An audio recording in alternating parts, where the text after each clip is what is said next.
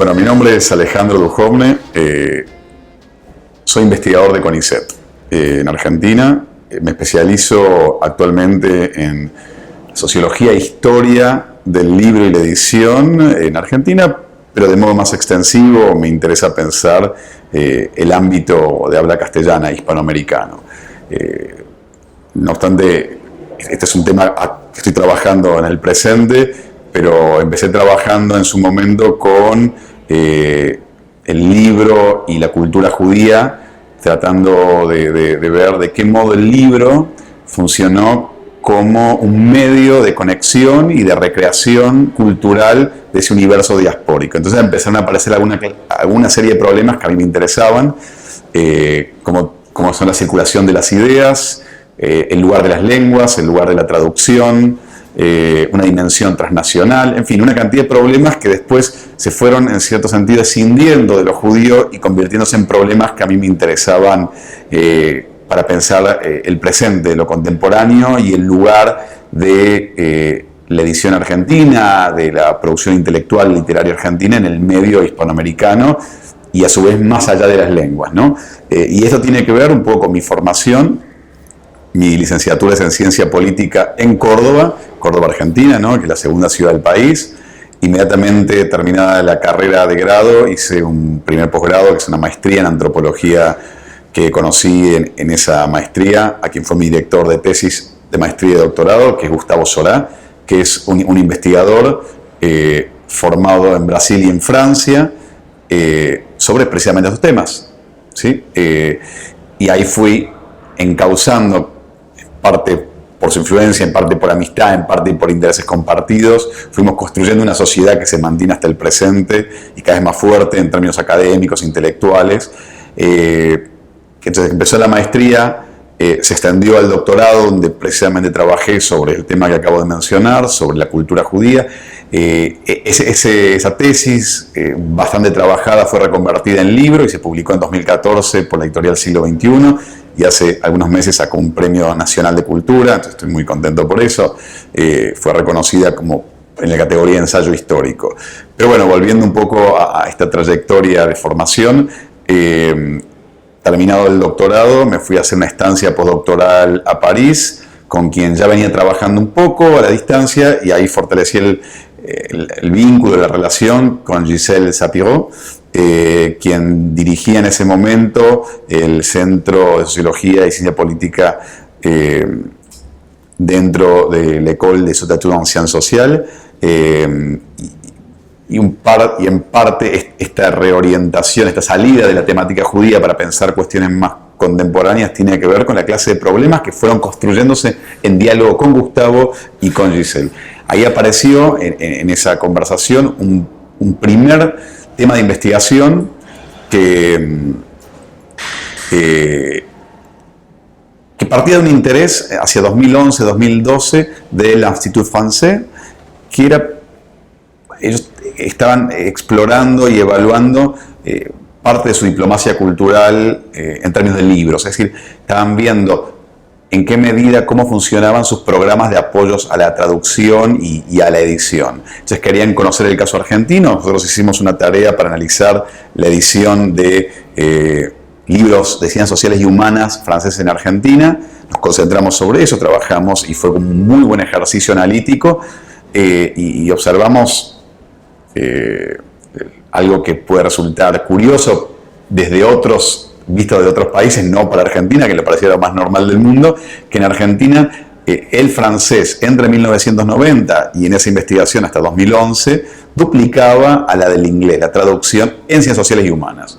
Sí, esto se explica por distintos motivos que tienen que ver con uno podría decir con una tradición francófila, pero muchos países la tuvieron. Sin embargo, la pregnancia en Argentina se explica por varias razones. El psicoanálisis, por un lado, que eso genera un vínculo muy estrecho con las políticas muy activas de la diplomacia cultural francesa, etcétera, etcétera. Bueno, ampliamos esa investigación ya en el marco de un programa de investigación de la Comisión Europea, donde participaban 5 países que estaba bajo la dirección de Gisèle Sapiro.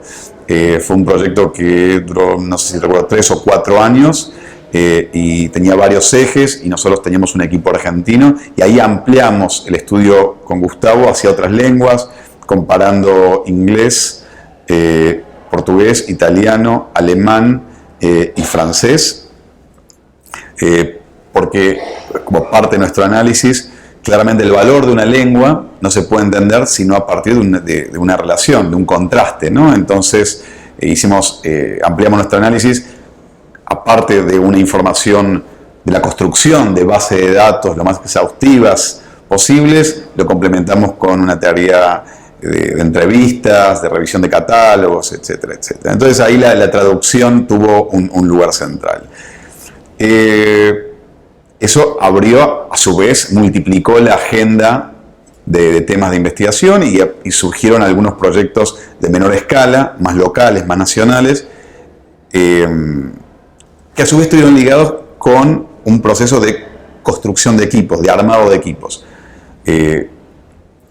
Yo empecé trabajando, como mencioné antes, con Gustavo Sorá en Córdoba, y ahí teníamos un equipo. Yo, al moverme a Buenos Aires, creé un espacio propio que ahora co-coordino con una colega y amiga que es Daniela Spielberg, y es un equipo que ha crecido porque el tema del libro y la edición también se ha fortalecido en el último tiempo, se ha desplegado. Entonces estos proyectos de investigación se montaron sobre la existencia de equipos preexistentes, ¿sí? Sería largo ahora entrar en detalle de ambos proyectos. Menciono solamente algo que me parece que puede resultar interesante. En nuestros estudios con Gustavo, al pensar las ciencias sociales y humanas, veíamos un par de cuestiones. O sea, esta idea de pensar la circulación transnacional de traducciones tiene que ver con, si uno quisiera encontrar una génesis, con ese texto programático de Bourdieu, que es esa conferencia que se llama Las condiciones sociales de la circulación internacional de las ideas, donde él apunta precisamente para entender estos procesos al lugar de la edición, cómo analizar eso. Bueno, revisado, repensado y ampliado, un poco seguimos ese programa que propone Bourdieu y claramente seguido por Gisèle Sapiro, que fue una discípula directa de Bourdieu, ¿no? Entonces, lo que veíamos es el carácter asimétrico de las traducciones, es decir, Argentina era un gran receptor de una tradición intelectual francesa, con un volumen muy grande de traducciones, y podíamos identificar disciplinas, editoriales, autores, traductores, etc. Pero cuando empezamos a explorar la contraparte, es decir, pensar qué pasa en Francia en relación no al castellano en general, sino en particular a la edición de autores argentinos, vemos que la relación, depende del año, pero era 80-1 o 100-1. Es decir, era una asimetría muy fuerte. Nosotros esperábamos que hubiese una asimetría, porque lo contrario seríamos el centro nosotros, cosa que no lo somos. Hay un centro y para que haya un centro tiene que haber una periferia. Ahora, esa distancia habilitó nuevas preguntas. Y bueno, ¿cómo llegan quienes llegan a ser traducidos, no? ¿Por qué? ¿A través de qué medios? Mientras nosotros encontramos un patrón sistemático de traducción en Argentina, lo que vemos es que el azar, el vínculo, hay cuestiones de otra índole que permiten que eventualmente alguien pueda ser traducido en Francia, o temas específicos, dictadura, memoria de la represión, los desaparecidos, fútbol. Hay algunos temas con los cuales es identificado Argentina que pueden ser interesantes para un público académico francés. Entonces, lo que estamos trabajando ahora es entender cómo circulan los y las autores y autoras argentinas en el pueblo francés, como una línea. Otras cuestiones que nos interesaba es ver, bueno, a ver, tenemos un problema acá. Nosotros analizamos la traducción que se hace en el país, que se publica en Argentina. Sin embargo, no significa que eso circule, que sea lo único que circule, porque Argentina, por más imagen que tenga de país elegido, digo, que esa representación media chauvinista todavía circule o ingenua, casi como un chiste, pero lo cierto es que Argentina es parte de un universo de países bastante más extenso que lo constituye, definidos por la lengua, y donde necesariamente, por lo menos hay que pensarlo a partir de los otros dos grandes polos. Por supuesto, el centro, que es España, el gran productor, el gran organizador de la vida literaria e intelectual a partir de su potencia editorial, y también México, con quien tenemos una relación de complementariedad y competencia. Entonces, teníamos muchas editoriales que publican en Argentina y cuyo principal público es el argentino, pero sin embargo eso no significa que es lo único que nosotros consumamos, ¿sí? Leamos. Entonces teníamos que incorporar esos dos puntos de fuga, México y España, y aparecieron como problemas. Entonces estamos viendo de qué manera podemos incorporar eso. Otro aspecto que nos parece fundamental en este análisis tiene que ver con los usos efectivos. Yo te puedo decir las políticas editoriales, puedo analizar qué hace una editorial, si apela a un subsidio de traducción, si prefiere a Foucault o a otro autor. En fin, uno podría empezar a encontrar algunas lógicas, pero ciertamente esos son claves o hipótesis para pensar posibles recepciones. Es decir, una editorial publica en tanto y en cuando tiene en el horizonte alguna clase de mercado. Entonces ahí existe eso. Pero ciertamente libros de otra clase no se publican en Argentina, se publican en España, en México. Entonces, para ver qué se lee en Argentina, hay todo un capítulo que estoy desarrollando en este momento yo, que es analizar, primero relevar del modo más exhaustivo posible y analizar los programas, los planes de estudio de doctorado en Ciencias Sociales y Humanas en Argentina, ¿sí? ¿Por qué analizo esto? Porque quiero ver, al relevarlos, al construir una base muy extensa y muy completa, estoy desarrollando, ya lo hice parcialmente y ahora estoy desarrollando una pequeña herramienta de inteligencia artificial que puede leer eso, relevar y levantar esa información. Quiero ver cuestiones básicas, tales como, bueno, el libro, sea después lo bajan gratuitamente por internet o lo fotocopian, pero el libro, ¿sí?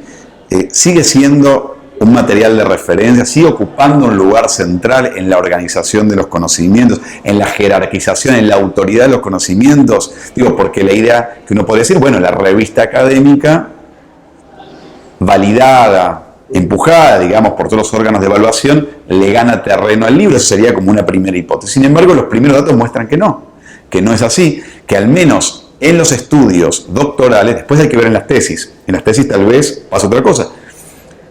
Empezamos a ver, que el libro mantiene un lugar central, ¿sí?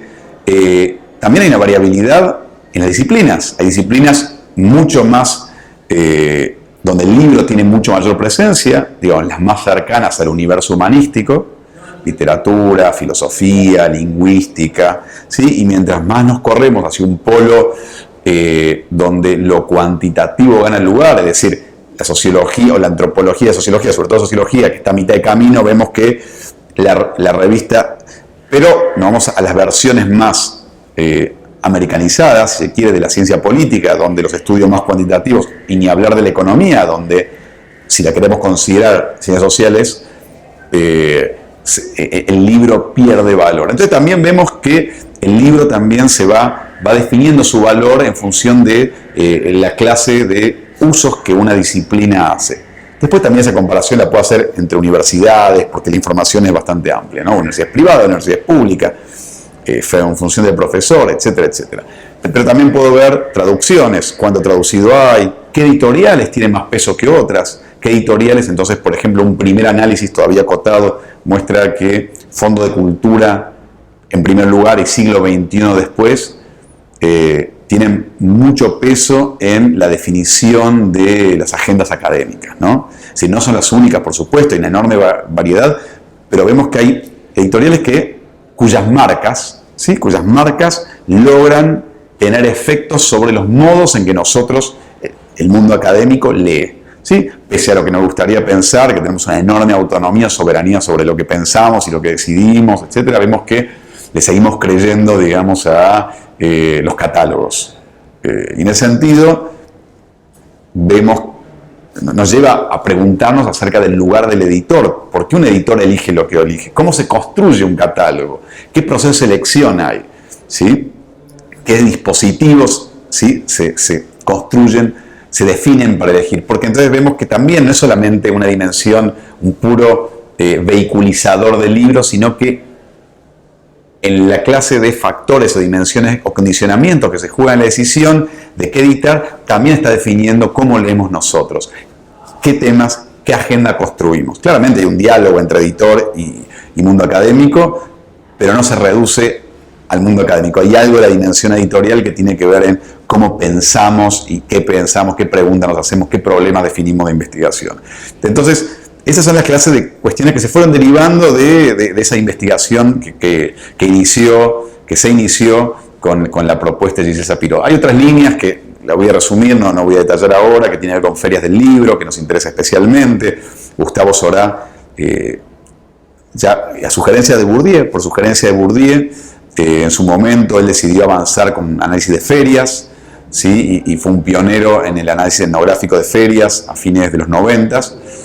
Ya hay estudios sobre la Feria de Frankfurt, sobre cómo los países se presentan como invitados de honor, qué clase de representación ofrecen como culturas nacionales, etc. Que ahora, por ejemplo, hay dos grupos, uno español y uno alemán, trabajando sobre ferias en esa clave. Es decir, que fue muy fructífero. Eso nosotros continuamos con la Feria de Frankfurt, varios años después seguimos trabajando, Gustavo, en esa línea, con la Feria de Guadalajara. En fin, sigue siendo un tema de investigación que nos interesa, ligado de vuelta al gran problema de la circulación internacional de las ideas. Es decir, cómo estos eventos organizan parte del modo en que las ideas se jerarquizan, circulan, ¿no?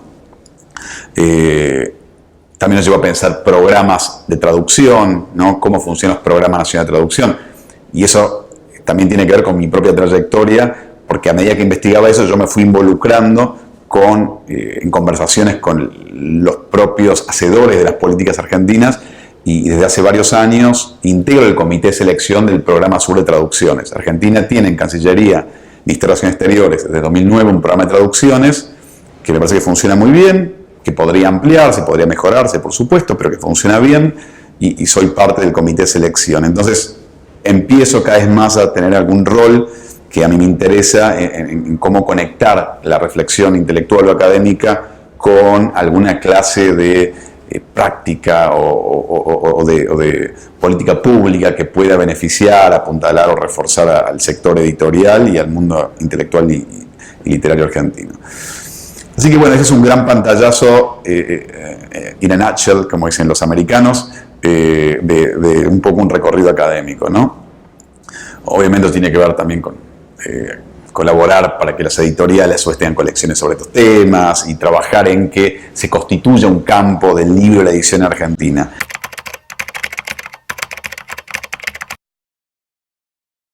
El grupo de Gustavo y el grupo que coordino con Daniela Spielberg acá en Buenos Aires no son los únicos. Está el grupo José Luis de Diego, que son más histórico-literarios en La Plata. Horacio Tarcus, que también tiene una visión histórica y política del mundo editorial. Todos trabajamos en conjunto y realizamos desde 2012, después 2016 y el año pasado, 2018, coloquios argentinos de estudio libre de edición. Coloquio argentino no porque se reduzcan a lo argentino, sino porque es el lugar donde se hace. Y de hecho, la última edición en Buenos Aires tuvo una presencia muy importante de investigadores de la región, muchos de Brasil, Colombia, Mexicano, Chile. O sea, creció mucho.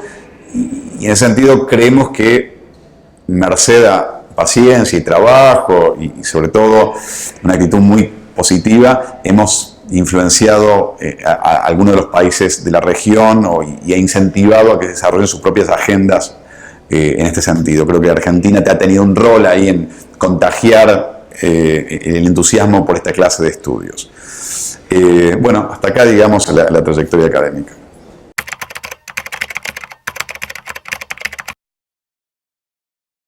Hablar del sector editorial en Argentina, hoy, esto es abril de 2019, exige empezar por la crisis, que es lo que seguramente mañana en la apertura formal de la feria se va a mencionar y que está saturando las conversaciones del sector desde hace 3 años. ¿Sí? Hay mucha preocupación. Esta crisis está afectando prácticamente todos los segmentos del sector editorial, ¿sí? Y con datos muy precisos de caída de las ventas, una disminución muy marcada de las tiradas. El número de títulos de novedades no ha bajado tanto, pero cierto es que las tiradas iniciales bajaron. También se observa una demora, un corte en las cadenas de pago. Es un sistema distinto al español, el sistema de librerías, que es por consignación. En fin, si podemos hablar después sobre eso. Cierre de librerías, cierre de imprentas, despidos, reducción de los programas anuales de publicación de las principales editoriales. En fin, es una situación compleja y lo cierto es que no ha habido respuestas por parte del gobierno, que es una crisis que claramente excede al sector editorial, es decir, hay una situación de crisis socioeconómica que está impactando sobre el conjunto de la economía y por ende les cabe las generales de la ley al sector editorial y también impacta. Pero hay algo específico que empieza antes, ¿sí? Empieza antes porque se liberan algunas barreras que no eran del todo buenas, pero se liberan para el ingreso de importaciones y de manera irrestricta y al mismo tiempo no hay mucho más política que eso. Es decir, tenemos un gobierno actualmente que no está implementando ninguna política para amortiguar, para moderar los efectos más nocivos de esta crisis.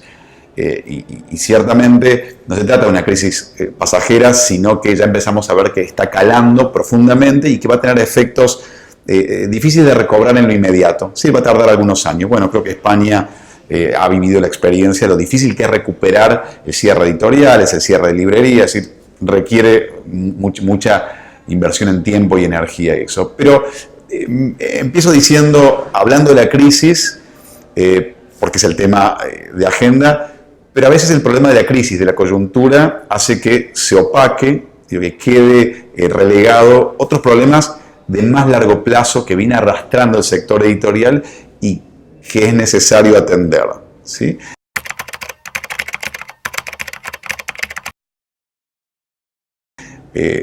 Por un lado, un proceso de concentración editorial, ¿sí? Muy marcado, donde un grupo pequeño de editoriales que se ha extranjerizado empieza a dominar la venta de libros y tiene en la relación de fuerzas, tiene mucha más capacidad de posicionar sus libros por vínculo con las librerías, por publicidad, en fin, por un montón de razones, marginando, dejando en un lugar no menor, digo, porque ha crecido el sector de la edición independiente, se ha fortalecido, bueno, por razones distintas, la disminución de las barreras, bajaron las barreras para acceder a la posibilidad de publicar, los costos, etcétera, etcétera. Entonces, ha habido ahora voy a hablar en un segundo sobre eso con más detalle, pero una expansión de la edición independiente en Argentina. Pero es cierto que la concentración en el mundo editorial es un tema importante que no puede ser desatendido. Y ciertamente no ha habido en los últimos años una política dispuesta a atender a esa asimetría. Pero no es la única asimetría, no es el único desequilibrio, porque el otro, que es menos discutido, pero creo que es más importante, que tiene que ver con la dimensión federal o regional. ¿Sí? En Argentina, el sector editorial y librero está hiperconcentrado en la ciudad de Buenos Aires y alrededores. ¿Sí? Esto es un tema muy importante. Buenos Aires hace un par de años salió en una revista inglesa, en un estudio, que no sé cuán serio es, pero como Buenos Aires, la ciudad con mayor número de librerías en el mundo o algo así. Bueno, no estoy tan seguro que en efecto sea así. Acá se lo festeja y está buenísimo porque en parte es una caricia a nuestro gigante ego, entonces funciona. Pero lo cierto es que si nos distanciamos un poco de eso, si levantamos la visión, vemos que eso se reduce a la Ciudad de Buenos Aires y te diría que a algunos barrios de la Ciudad de Buenos Aires. Hay ciudades como Córdoba, en la cual yo nací y crecí, que también tiene librerías, que tiene algunas editoriales, Rosario, que es una ciudad importante, pero después empieza a ralear, ya no hay mucha presencia y tenemos un vacío, un desierto del mundo editorial y librero. Esto tiene efectos directos sobre la capacidad de expresión y la posibilidad de constitución de espacios literarios. Es decir, hoy los autores conocidos argentinos o son porteños, son de la Ciudad de Buenos Aires, o son del interior del país que están viviendo en Buenos Aires, porque las posibilidades de producción real, es decir, de una editorial que te edite bien, que te visibilice, que te consagre, que te haga reconocer, que te haga circular en el mundo, están en Buenos Aires. Entonces, al no haber una distribución medianamente, no digo que se desconcentre Buenos Aires totalmente, porque hay lógicas que son difíciles de modificar, hace falta alguna clase de política pública en ese sentido, pero también lo mismo en cuanto al acceso. Es decir, las librerías también son muy pocas. Argentina es un país muy extenso, territorialmente muy, muy extenso, y no tenemos política de distribución donde el Estado facilite eso. Es decir, no hay buenos acuerdos con el correo para disminuir los costos. No hay empresas de distribución interesadas en llegar a puntos un poco distantes o recónditos del país, simplemente por economía de escala. No les conviene desarrollar una logística que llegue ahí. Entonces, muchas librerías del interior del país, a la distancia, ven que su oferta queda reducida a los bestsellers de las grandes editoriales. Entonces tenemos pocas librerías que dificultan claramente el acceso. Hay pueblos que no tienen librerías, hay zonas que realmente no tienen acceso, y las que hay, en muchas ocasiones, solamente cuentan con muy pocos libros. Es decir, la famosa inventada biodiversidad no se cumple en el interior del país. Y tenemos ahí un problema serio que tiene que ser pensado de algún modo. Y más aún si tenemos en cuenta que en Argentina existe la ley de precio fijo del libro, que es una excelente ley, a imitación del modelo francés, que ha protegido, así como puedo decir que hay una concentración en el sector editorial, en el sector librero hay una tendencia a la concentración, pero está lejos de ser un problema grave. Hay una enorme red de librerías independientes y eso ha sido posible por una ley que permitió que no haya una competencia abusiva, desleal, ¿no?, que diera por tierra a esos esfuerzos de pequeños y medianos libreros. Pero esa misma ley, que es muy positiva en ese sentido, al mismo tiempo, para las ciudades del interior, mientras más nos alejamos, complica, porque un libro publicado en Tierra del Fuego, en Ushuaia, al sur del país, casi en la Antártida, no publicado, sino distribuido ahí, y distribuido al norte del país, o en la Ciudad de Buenos Aires, tiene el mismo precio. Y el costo del transporte, que es altísimo, lo tiene que absorber el editor o el librero. Con lo cual, los márgenes de ganancias se achican. Ahí tenemos un problema que, si no hay una política activa para promover, para abaratar, para facilitar la distribución, lo que vemos es un mercado que está asignando de manera injusta, ¿sí?, inequitativa, mejor dicho, a la circulación del libro en el país. Ahí tenemos un problema, ¿no? También tenemos otra cuestión de más larga data, que es una pérdida continua del lugar del libro argentino en el espacio hispanoamericano, ¿sí? Yo creo que en el último tiempo hay editoriales chicas y medianas que se han profesionalizado, mejorado y están teniendo mejores estrategias de internacionalización, ¿sí? Y creo que eso es sustentable y está muy bien. Sin embargo, en términos cuantitativos, si comparamos si comparamos la producción de cantidad de títulos, el volumen, la fuerza intelectual, cultural del mercado argentino, después vemos los números de exportación y no se corresponden. Realmente tenemos un lugar muy marginal y eso tiene que ver con las sucesivas crisis. Argentina atraviesa cada X cantidad de años alguna crisis muy fuerte que atenta sobre la continuidad de los proyectos. Por supuesto, hubo una dictadura en el medio, muy brutal, que cercenó, que limitó las posibilidades, pero también no hay que achacarlo solamente a situaciones. Cuando hay gobiernos democráticos con estabilidad económica, no necesariamente tenemos políticas estratégicas de largo plazo. Tenemos a veces buenas políticas que pueden alimentar el mercado interno, mejorar y potenciar a las editoriales independientes. Hace algunos años atrás, con el gobierno anterior, existió algunas políticas muy interesantes, pero no vemos, salvo el programa Sur de Traducciones que mencioné antes, no hay una política estratégica de largo plazo. Entonces vemos una pérdida en el sector más allá de las fronteras del país. Ahí tenemos un tema no menor. Entonces, ese es un gran panorama general.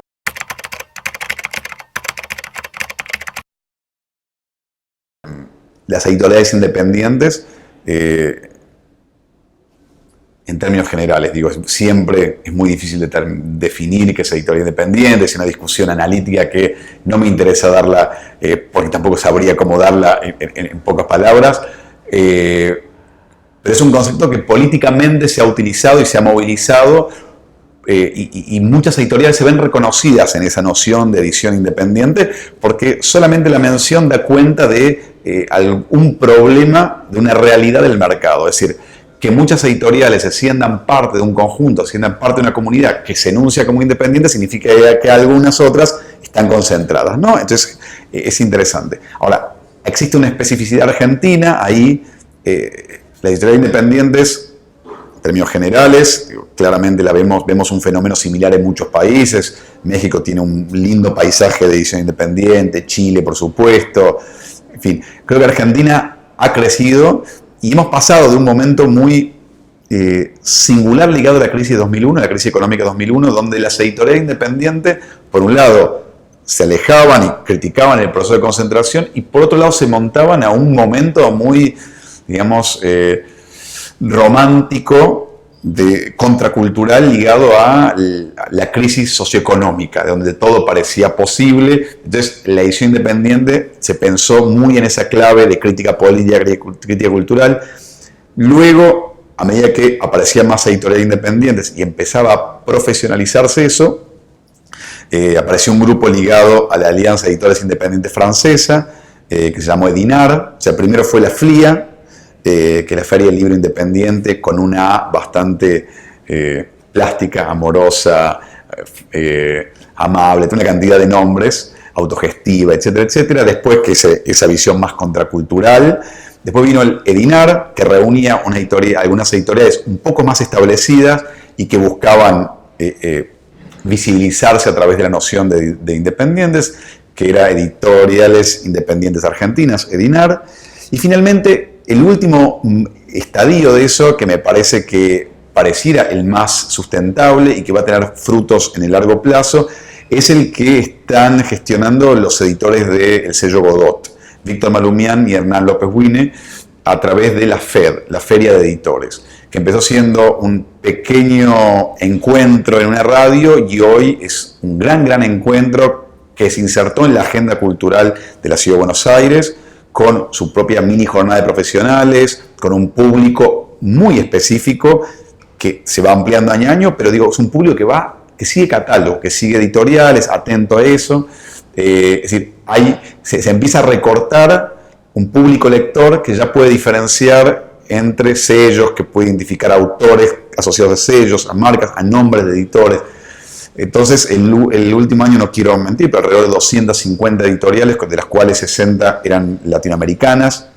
Un evento muy importante se hizo y va creciendo año a año. Entonces, es importante recalcar el lugar que están teniendo los editores independientes en la renovación del paisaje cultural argentino. Entonces, creo que si la economía fuese un poquito más favorable, las posibilidades de expansión y de internacionalización serían claramente mayores, porque hay una energía cultural, por ponerle algún nombre a esto que es bastante difícil de hacer, ¿no? Ahora, uno podría decir que la edición argentina vive y vivió pese al Estado, ¿sí? Uno diría que la mexicana por el Estado y la argentina pese al Estado, ¿no?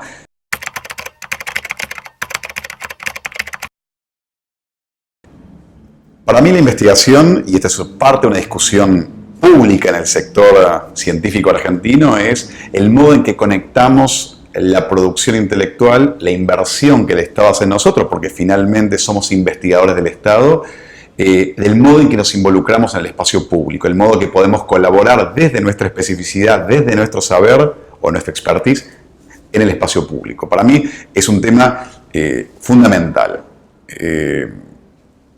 Y desde ese lugar, una parte de mis reflexiones académicas pasaron por ahí. Empecé a trabajar sobre los modos, sobre las modalidades históricas de vínculo entre el Estado y las políticas públicas por un lado y por el otro el campo, el mundo editorial, ¿sí? En Argentina es interesante porque es un campo, es un laboratorio muy variado, ¿sí?, de formas de intervención. Entonces, mis reflexiones también tienen que ver con esa historicidad específica del caso argentino y a partir de eso empecé a ser convocado a colaborar en distintas clases de proyectos.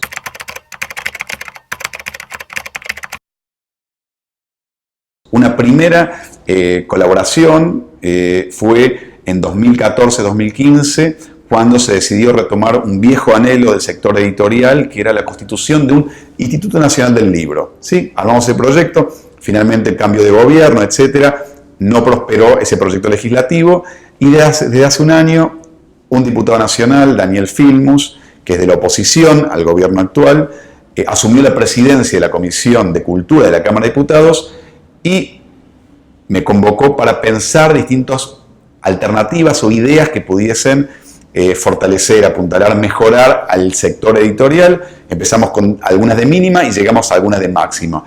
Ciertamente las condiciones actuales no son las más propicias por recursos e ideológicas. El gobierno actual es un gobierno bastante promercado, donde la idea de la regulación, la intervención pública no está en su agenda, muy por el contrario, es combatida, es mala palabra eso. Entonces, en principio pensamos que no había mucho margen, sin embargo, el diputado decidió ir por la de máxima y empezamos a trabajar en un proyecto de un Instituto Nacional del Libro, con la absoluta convicción de que no basta con políticas paliativas puntuales, con parches que puedan alivianar algo, sino que es necesario un ente que logre coordinar, crear nuevas políticas e implementar nuevas políticas con mirada de largo plazo y reuniendo a los distintos actores del libro, ¿sí? Un proyecto que sea lo más comprensivo posible. Entonces empezamos a trabajar sobre eso, trabajamos con otros institutos que existen en el mundo cultural argentino, como el de cine, del teatro, de la música, vimos los aspectos positivos y negativos, trabajamos con proyectos previos del Instituto Nacional del Libro, entendiendo por qué no prosperó, y también con modelos de otros países. Ahí convocamos a un colega y amigo, Eber Ostrovsky, que trabajó durante muchos años en el mundo del libro francés, con enorme experiencia sobre el funcionamiento del caso francés. Entonces, ese fue un modelo y que sigue siendo ejemplar para nosotros y creo que en general para el mundo, acerca de una diplomacia del libro y una política interna del libro muy activa y muy inteligente. Pero también pensamos el caso polaco, observamos qué pasa en Corea, qué pasa en Noruega, en Brasil durante algún periodo de Lula. Estuvimos observando distintos casos para tener un panorama lo más amplio posible acerca de qué era factible, qué había sido exitoso y qué había sido problemático. Una vez que tuvimos un cuadro más o menos claro acerca de las posibilidades, empezamos una serie de reuniones con los distintos actores del sector, reuniones de las cuales recibimos devoluciones, empezamos a trabajar intensamente el proyecto, y encontramos, creo yo, un equilibrio interesante. No es un proyecto de editores, ni de libreros, ni de escritores, solamente. Es de todos ellos, incluso traductores, ¿no? Es decir, trata de reunir en un órgano, como España lo tuvo en su momento y que ahora es una dirección, y creo que en España los resultados fueron muy buenos en el momento de expansión del mercado editorial español, ¿no? Intentamos crear, que todavía digo es lo que ahora se presentó y tiene que ser discutido, intentamos con este proyecto crear un instituto que sea, como decía, comprensivo y que tenga una visión sistémica. Es decir, que si bien atienda a los intereses, necesidades, problemas de cada actor en particular, las medidas que se piensen y que se implementen tienen que ser pensadas de tal modo que puedan impactar positivamente sobre el conjunto. Algunas más, algunas menos, de manera indirecta o de manera directa. Pero esa sería una filosofía que estaría organizando el conjunto de proyectos y que llevaría a los distintos actores del sector a negociar en esa clave. A diferencia de lo que sucede hoy, donde el ex Ministerio de Cultura, hasta hace un año o menos de un año teníamos un Ministerio de Cultura y ahora es una Secretaría de Cultura, que no tiene una política, ni siquiera tiene un interlocutor con el cual hablar, el sector no tiene una figura con la cual poder conversar sobre libros, esto vendría a elevar la apuesta y constituir en el seno del Estado una entidad autárquica con recursos propios, con un director elegido por el Poder Ejecutivo, pero con un consejo formado por representantes regionales y sectoriales, ¿sí? Es decir, le daría estabilidad, seguridad y recursos a un ente dentro del Estado solamente para pensar el libro y para tratar de, en la medida de lo posible, ir solucionando esos problemas estructurales y coyunturales que yo mencionaba y poder pensar por primera vez al sector en el largo plazo. Es una apuesta importante que hasta ahora ha sido muy bien recibida, muy bien recibida. Yo creo que la crisis que estamos atravesando ayuda a eso. Hay una necesidad de una política, hay necesidad de ideas, hay necesidad de tratar de trascender la queja y empezar a pensar algunos instrumentos que permitan ir más allá de eso. Entonces, tenemos críticas, por supuesto, pero son críticas constructivas. No hemos recibido ninguna objeción de fondo. Y ha sido acompañado por prácticamente todos los bloques mayoritarios de la Cámara de Diputados, salvo el del gobierno, ¿sí? Donde va a haber alguna observación seguramente, pero ha sido tan masivo el apoyo por parte de escritores, de intelectuales, de editores, imprenteros, libreros, y con una enorme repercusión en la prensa, que estimo yo que vamos a tener mayores chances. Nada garantiza nada, pero hay mayores chances de que esto avance. Por lo pronto hemos iniciado una nueva agenda. Los medios han recibido una agenda un poco más interesante que la de la crisis y la de la preocupación. Así que en las próximas semanas y meses veremos qué sucede con esto, pero creemos que de aprobarse va a cambiar sustantivamente y de manera duradera el paisaje y el mundo editorial argentino.